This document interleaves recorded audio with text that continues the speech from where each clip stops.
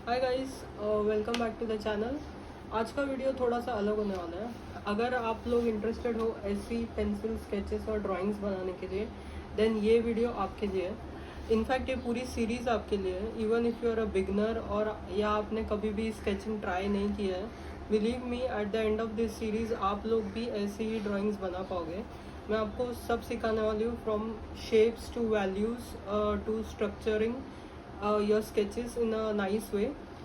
So let's get started. ये first episode है, इस सीरीज़ के सभी एपिसोड्स देखना मत भूलना। सो पेंसिल शेडिंग और स्केचिंग के लिए आपको लगेगा एक नॉर्मल प्रिंटर पेपर ले लीजिए। This is 2B pencil. कोई भी नॉर्मल पेंसिल जो आपके पास होगी वो 2B पेंसिल होगी। उससे डार्क अगर आपको एक एक्स्ट्रा डार्क पेंसिल मिलती है तो वो ले लीजिए, इट विल बी हेल्पफुल। एक स्मजर ले लीजिए, अगर आपके पास स्मजिंग टूल नहीं है तो ईयरबड भी चल जाएगा, और एक इरेज़र। ये बेसिक चीज़ है। फर्स्ट थिंग्स फर्स्ट, पेंसिल को पकड़ना कैसे।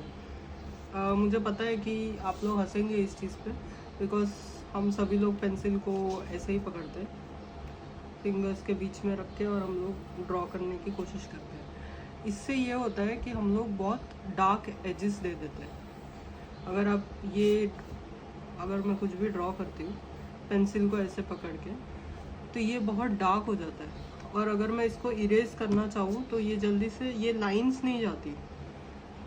अगर ग्रेफाइट चला भी गया, लेड अपने जो ब्लैक कलर चला भी गया, बट उसके नीचे जो आपकी लाइंस रहती है, क्योंकि आप पेंसिल को बहुत दबाते हो प्रेशर से, तो वो लाइंस नहीं जाती। First rule is never use your pencil like this. अगर आपको सच्ची में कोई अच्छा आर्टिस्ट बनना है तो बेसिक शेप्स ड्रॉ करने के लिए, एटलीस्ट सर्कल ड्रॉ करने के लिए, आपको आपकी पेंसिल ऐसे पकड़नी है, बिटवीन दीज 2 फिंगर्स। अब जब पेंसिल ऐसे पकड़ोगे तो आपकी निब यहाँ से यूज़ होगी, साइडवेज से, ना कि यहाँ से। सो ऑटोमेटिकली आप प्रेशर उतना नहीं डाल पाओगे। जैसे अगर अब मेरे को एक सर्कल बनाना है, ये एक सर्कल हो गया।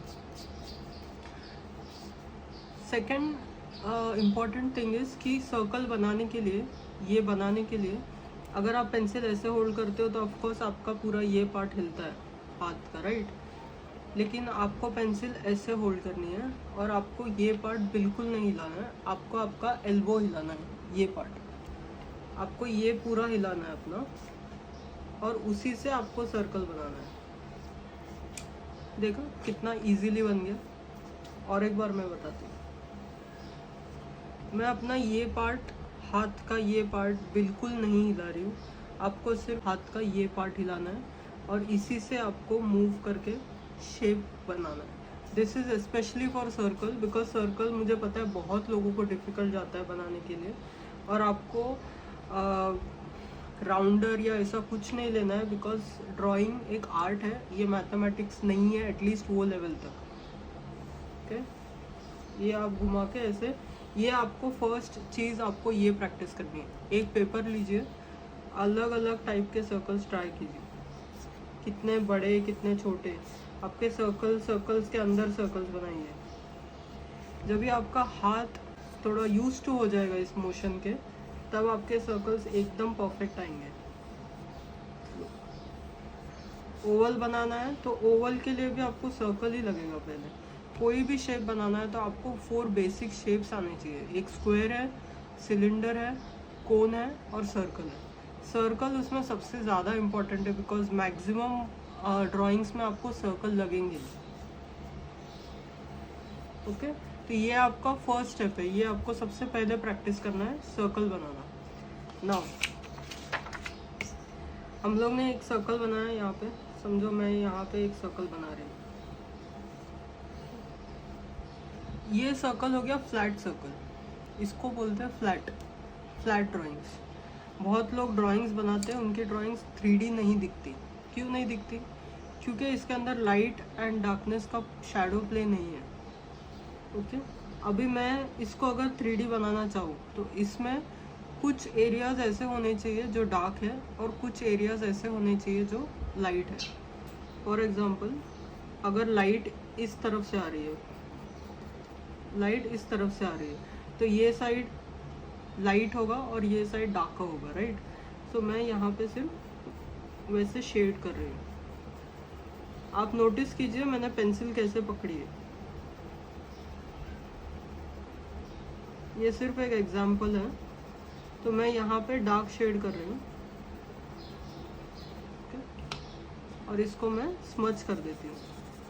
स्मच करने से क्या होता है कि आपके पेंसिल का जितना भी पोर्शन जो दिखाई दे रहा है, अगर हार्ड एजेस दिखाई दे रही है तो वो नहीं दिखाई देंगी और सब मिक्सअप हो जाता है एक साथ। मैंने ये स्मच कर दिया, ठीक है। यहाँ पे भी मैं थोड़ा डालने वाली हूँ पेंसिल। ये देन आपको अंदाज़ा लगाना है कि लाइट कितनी आएगी। Now since this is light, ये लाइट साइड है, ये डार्क साइड है, तो इवन डार्क साइड में 2-3 वैल्यूज़ होती है। वैल्यूज़ मतलब क्या, बहुत ट्यूटोरियल्स में बोलते हैं कि वैल्यूज़ कम होनी चाहिए, ज़्यादा होनी चाहिए, ऐसी होनी चाहिए। वैल्यूज़ मतलब कुछ नहीं अदर देन जस्ट डार्कनेस, कि आपके ड्राइंग में कौन सा पार्ट कितना डार्क है और कौन सा पार्ट कितना लाइट है, ठीक है। जैसे अभी मैंने ये पार्ट लाइट रखा है बट इसमें फिर भी थोड़ा सा ग्रे एरिया है, तो इन दोनों के बीच में मुझे और एक शेड ऐड करना चाहिए, और एक मैं डार्क शेड ऐड करती हूँ। इससे क्या होगा, ये और 3D लगने लगेगा। मैंने और एक डार्कर लेयर ऐड कर दिया इसके अंदर। अभी मैं जब इसको स्मच करूँगी, आप एक्चुअली उंगलियों से भी स्मच कर सकते हो, बट इससे क्या होता है कि आप जब दूसरे तरफ पेपर पे हाथ घुमाते हो तो वो वहाँ पे लग जाता है। तो मैं इसको स्मच कर देती हूँ।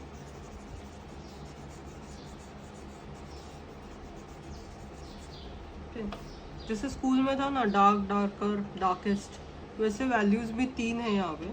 अभी 2 है, एक ये डार्क है और ये डार्कर है, तो दैट मीन्स हम लोग को और एक लेयर डालना चाहिए। इसीलिए मैंने आपको बोला था एक आप डार्क पेंसिल ले लो, एक्स्ट्रा डार्क, इसके ऊपर हम लोग और एक लेयर डालेंगे और डार्क शेड। इससे क्या होगा, हमारे पास 3 डार्क लेयर्स हो जाएंगे, 3 टाइप के डार्क लेयर्स हो जाएंगे।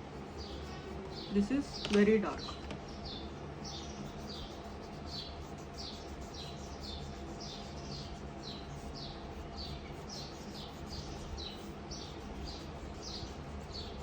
अभी देख रहे हो आप, ये और 3D लगने लगा, राइट,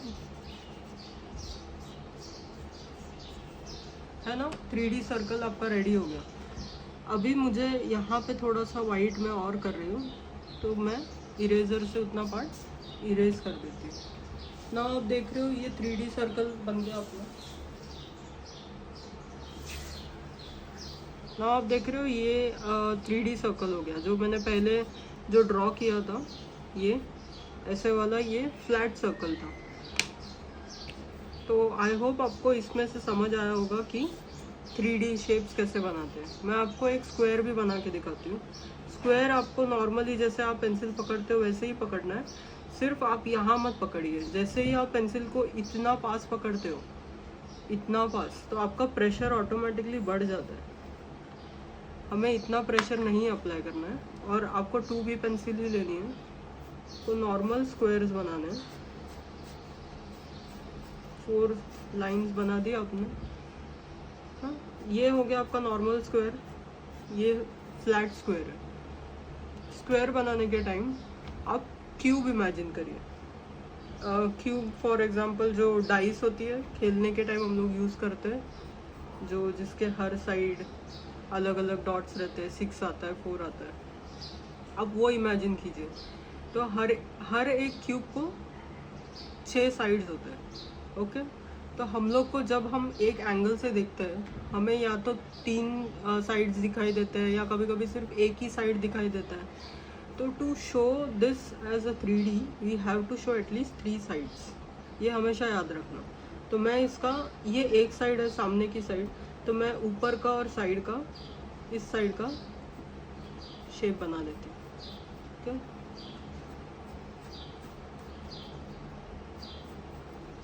ये भी आपको प्रैक्टिस करने से आएगा। ये जो लाइन है इससे पैरेलल आपको एक लाइन बनानी है, तो ही वो ठीक दिखेगा। ये जो मैंने एक्स्ट्रा लाइंस बना दी है वो मैं इरेज कर रही हूँ। ये अभी इतना परफेक्ट नहीं आया होगा, बट आपको परफेक्ट बनाना है, स्क्वायर बनाना है। ओके, अभी इसको अगर हम लोग शेड करेंगे, लॉ शेडिंग का सेम रहेगा। आपको 3 डिफरेंट वैल्यूज़ आने चाहिए, darkest, darker and then light. Okay, तो हम लोग क्या करेंगे, एग्जांपल यही रखेंगे कि लाइट सोर्स यहाँ से ही आ रहा है, तो ये टॉप सेक्शन जो है वो एकदम लाइट रहेगा और ये जो सेक्शंस है वो डार्कर रहेंगे। अगेन मैं मेरी पेंसिल ऐसे यूज़ कर रही हूँ ताकि प्रेशर कम पड़े। और हमेशा ये याद रखना, आपको एक ही डायरेक्शन में शेड करना है। अगर मैं ऐसे शेड कर रही हूँ और बीच में मुझे किसी का फ़ोन आ गया, मैंने फ़ोन उठाया और फिर मैं जब शेडिंग कंटिन्यू करती हूँ तो ऐसे मत शेड करना, वो अच्छा नहीं है। इफ़ेक्ट अच्छा नहीं आता है, आपकी ड्राइंग बिगड़ जाएगी। एक ही एंगल में आप शेड कीजिए। और मैं यहाँ पे थोड़ा सा लाइट रखने वाली हूँ एरिया, एंड देन ये जो साइड है ये आपको एकदम मैं डार्क दिखाने वाली हूँ बिकॉज मेरा लाइट सोर्स ऊपर है। ओके, तो मैंने यहाँ पे डार्क शेडिंग कर दी है। अभी हम लोग इसको स्मच करेंगे।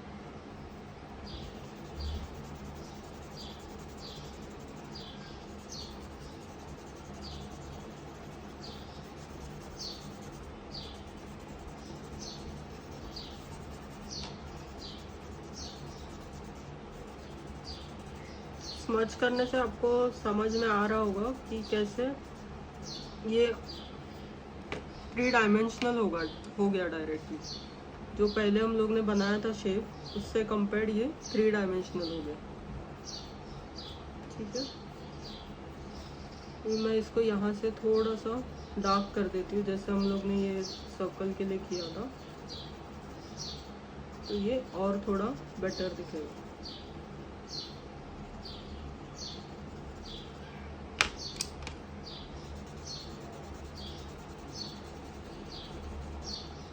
स्मजर हो या आप ईयरबड यूज़ कर रहे हो, आप उसको थोड़ा सर्कुलर घुमाओगे तो आपकी स्मजिंग बेटर होगी। बीच बीच में उसको सर्कुलर इसमें भी घुमा देगा। ठीक है, तो आप देख रहे हो अभी मुझे और एक डार्क लेयर लगेगा यहाँ पे। अगर मैं ये डार्क लेयर डालूंगी तो ये दोनों लेयर और उठ के दिखेंगे। तो ये मैं और एक डार्क लेयर डाल दूँगी यहाँ पे, एंड अब मैं इसको स्मच करूँगी।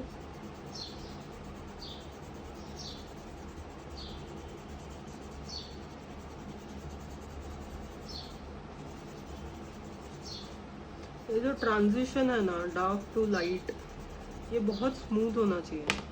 ऐसा नहीं होना चाहिए कि हम लोग जान पाए कि कौन सा डार्क एरिया है, कौन सा लाइट एरिया है। ऐसा उठ के नहीं दिखना चाहिए, थोड़ा सा वो कंटिन्यूस इसमें रहना चाहिए, कंटिन्यूस फ्लो में रहना चाहिए।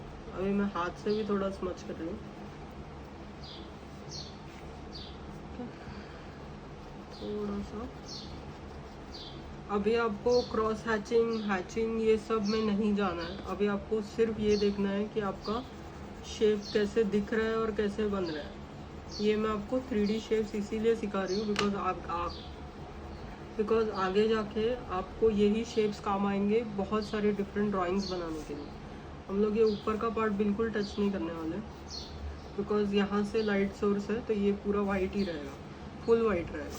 ठीक है, नाउ अगर आपको ये दोनों चीज़ें समझ में आ गई है तो आपका फर्स्ट स्टेप यही है कि आपको आपके आसपास जितने भी चीज़ें दिखती है, जैसे मैच बॉक्स हो गया,